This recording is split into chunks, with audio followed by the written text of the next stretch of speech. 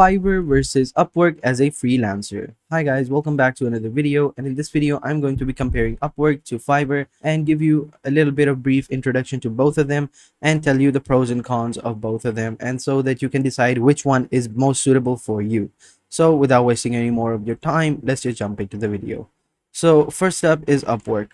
Now I use Upwork a lot. I basically use Upwork. I don't use Fiverr. I've made an account on Fiverr, but I don't use it. For me, I believe Upwork is more easy to use, so that's why I use it. So first up, how do you bid on jobs? So first things first, when you come over to Upwork, when you make an account, you come over here onto home. These are going to be your job feeds. Now all these jobs depend upon what you search for and what are your basically skills. So if you are a video editor, most of the jobs are going to be of video editing and doing a lot of video editing and creating motion graphics and stuff like that. And the videos include vlogs, top 10 style videos for YouTubers. Some of them are corporate, some of them are just vloggers and stuff like that. We've got podcasts and stuff like that. So over here, let me just show you how you can basically bid on a job. So if you find a job, let's just say, let me see which one over here. So over here, as you can see, this person is telling us he needs a video editor for an Instagram account. So if we click over here, we'll see what all of his requirements are and how much of the videos he wants. Now, when you come over to Upwork, the thing that you have to look out for is the time when it was posted and the proposals, and also the payment verification and stuff like that, so that you can know that this person is a legit client and he's not messing around. So as you can see over here, he needs 1 to 2 minute videos posted on his Instagram, and he basically is looking for someone who knows how to assemble raw footages, infographics, and improve correct lighting and stuff like that.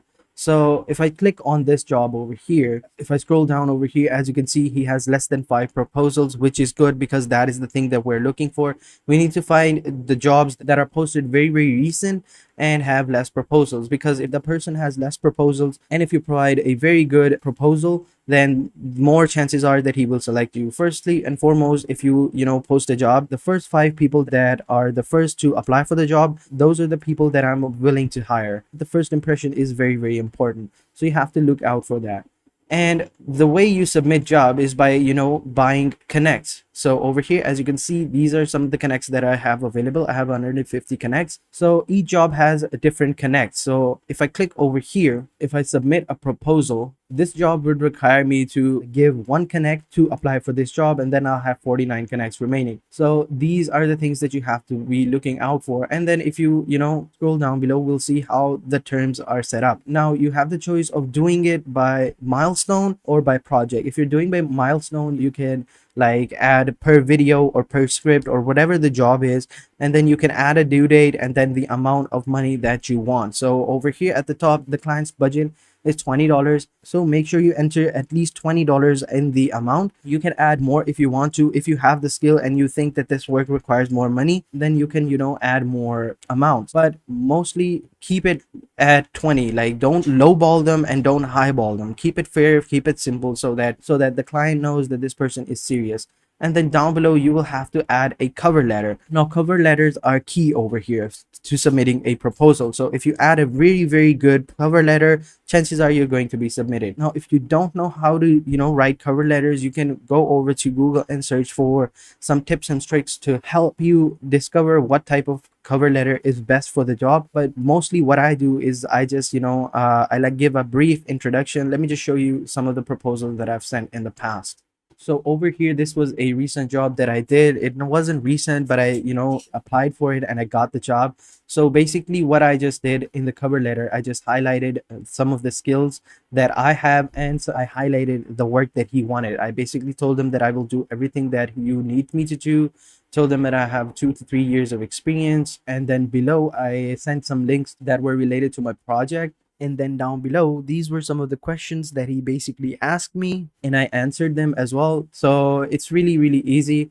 And then I got the job. I think it cost me like 4 connects or something like that. He texted me and we talked, and I did a sample for him, and that was basically it.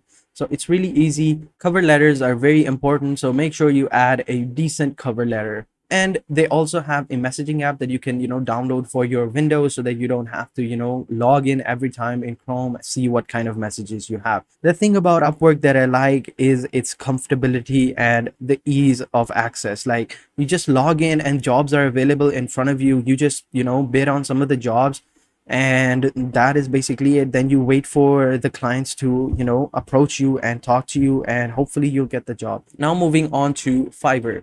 So for Fiverr, you basically have a different setup.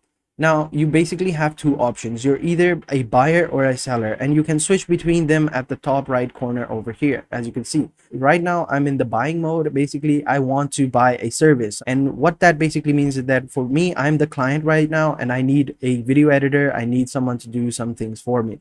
So if I come over here, as you can see, these are all the video editing gigs that are popular right now. Now, unlike Upwork, where the clients post jobs and you check them out and you decide what you want, on Fiverr, the video editors, the freelancers, post gigs, and the clients are going to come over there and see which one they want. Like, it's just the opposite. So right now, these are some of the most popular video editing gigs that are available right now.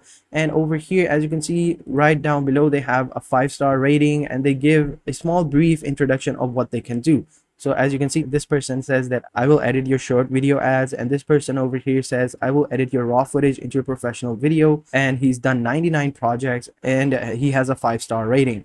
And this person has done 782 jobs, and he has a 5-star rating. And then down below you have the pricing as well. So if I click on this person, this job right here, over here we'll see their live portfolio. Upwork doesn't have that. So if you're wondering what is a live portfolio, it's basically a slideshow of all the jobs that the person has done, and you can basically edit them. Fiverr does this. This is for Fiverrs. Now if you did a job for a client and that client has approved of that job, and he's approved that you can use this job in your live portfolio, then Fiverr will automatically update your live portfolio and add that job over here, and it's really, really helpful. And then down below you can see the gigs, whereas on Upwork you had to add the cover letter. This is basically Fiverr's version of the cover letter. This is their portfolio over here. Here is the exact same things. You add your name, you add your experience of the past, you add all the stuff that you do, and then down below you add some more perks on it, like I'm online 24/7, I get back to you quickly, I deliver a project within 24 hours at max, and stuff like that, so that the buyer knows that this person is serious. And then down below you can check out their profile and stuff like that. And then down below you have packages. So Upwork doesn't have packages, whereas Fiverr does. Now the advantages of having packages is that you have a chance to earn more on Fiverr than on Upwork. Basically, Upwork has two types of jobs, either by project or per hour.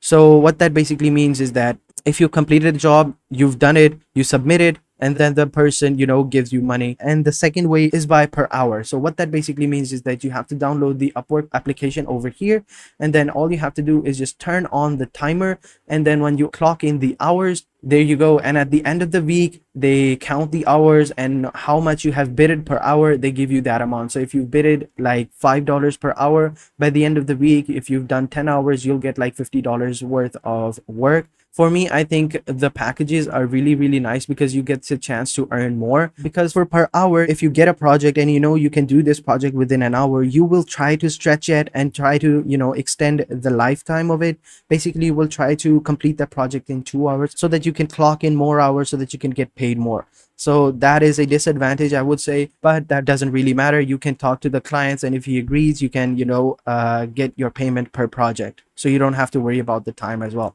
The same thing over here, the packages, you get a chance to earn more, which is really, really nice in my opinion. For me, I personally like to use Upwork because it's easy to use. Yes, you do make less money than Fiverr, but it doesn't really matter because once you get the projects rolling, you don't care about the money anyway. You can earn just as much on Upwork as much as you can on Fiverr, but the ease of accessibility and how easy it is to use for me is the main factor that I use Upwork. So I hope you guys enjoyed this video, and if you did, make sure you hit the like button, subscribe to our channel, and turn on post notifications.